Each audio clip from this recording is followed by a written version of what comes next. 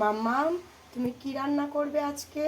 আজকে আমি পেঁয়াজ লঙ্কা দিয়ে পুঁটি মাছ ভাজা করব। তেল একটু দিয়ে দাও। প্রথমে একটু তেল দিলাম, তারপর মাছগুলো দাও। তারপর মাছগুলো দিয়ে দিলাম, পেঁয়াজ লঙ্কা দিয়ে দিলাম, নুন লবণ হলুদ সব দিয়ে দাও। নুন লবণ হলুদ সব দিয়ে ঢাকা দিয়ে দাও। দিয়ে ঢাকা দিয়ে দিলাম। এবার স্টপ করো। মামা মাছ ভাজা রেডি। ঢাকনাটা তোলো। ঠান্ডাটা খুলেছি। ও বাবা, ওই তো ভালো মাছ ভাজা হয়েছে, খুব সুন্দর হয়েছে তো। প্লেটে দাও তো। না মাম, খেয়ে দেখো কিরকম হয়েছে। দেখি তো, ভালো হয়েছে তো, খুব সুন্দর হয়েছে।